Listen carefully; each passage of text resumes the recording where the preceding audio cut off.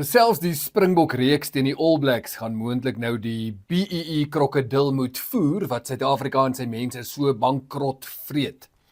Dis nou as 'n voorstel van die minister van Handel sy sin kry om die rugby-toer as 'n beskermde gebeurtenis ingevolge artikel 15A van die Wet op Handelswaremerke te verklaar.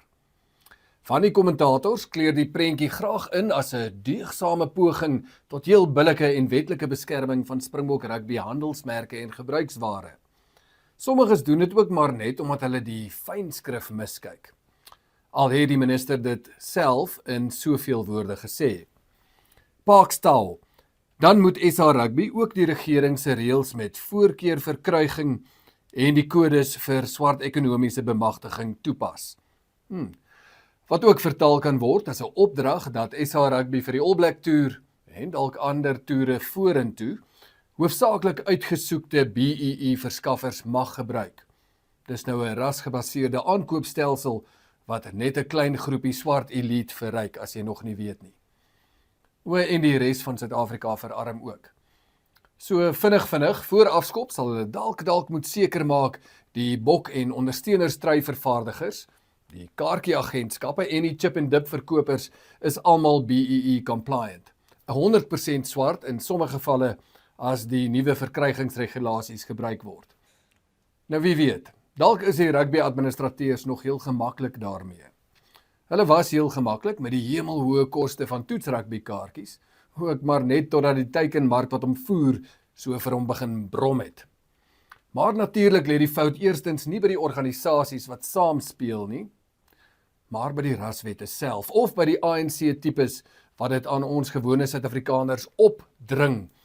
Al was BEE middelmanne sulke openlike staatskaping sleutelspelers en gierige wedstrydknoeiers wat eintlik ons almal se toekoms op die spel geplaas het.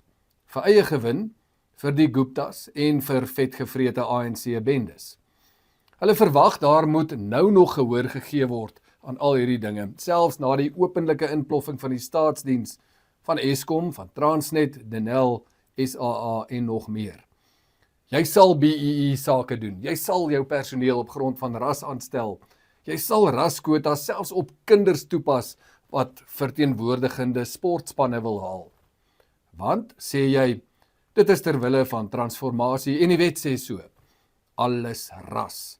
En dan wil Lesofie en McKenzie werklik waar nog kom kerm wanneer daar behoefte bestaan vir iets soos Bokkieweek.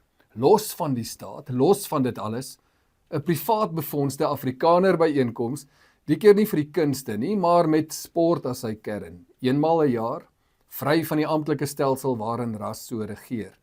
En o ja, nie op die rekening van die belastingbetaler nie. Ja, maar wat van regstelling en Nee, kom aan. Dis nou genoeg. Daardie meriete was net geldig solank ons gedink het dit stel regtig reg of dit bemagtig regtig die behoeftiges. Dit doen nie. En is goed om te sien mense se simpatie met hierdie oëverblindery raak nou op. Mense sien dit nou vir wat dit is. Al verdedig die skynheiliges dit nog agter betaalmure op Engelse nuuswebtuistes. Daar vind jy, val die sneeuvlokkies nog vrylik. Daar waar hulle nog kan skuil agter sogenaamde sosiale geregtigheid om ideologie op ander af te dwing. Nou dit gebeur met transformasie-ideologie. Dit gebeur ook daar in Kaapstad by die Bishop Seun Skool, waar hierdie ou daarop aandring dat die reënboogvlag vir 2 dae per jaar moet wapper oor die skoolgronde. Hy is glo 'n komediant, maar hy is ook doodernstig oor die Pride vlag by die skool en is ernstig wanneer hy sê hy preek verdraagsaamheid, al eis hy dan ewe onverdraagsaam die afdanking van die hele raad wat nie so gretig voel oor sy LGBTQI+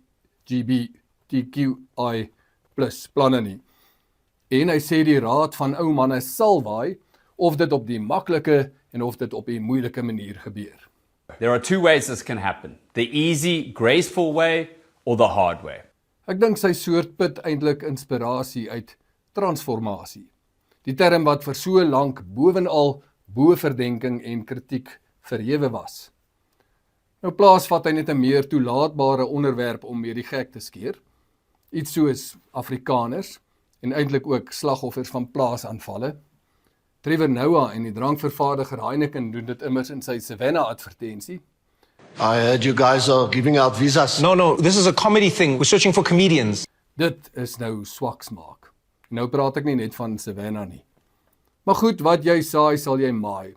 So voel ons maar oor die voerders van die krokodille, wat in die eerste plek sorg dat mense liewer oor see wil gaan probeer. Daar is groter dinge as dit. Saamstaan en saamwerk projekte wat ons hier kan doen om te bou aan 'n mooi toekoms, anderkant al hierdie dinge wat ons so daarvan wil weerhou.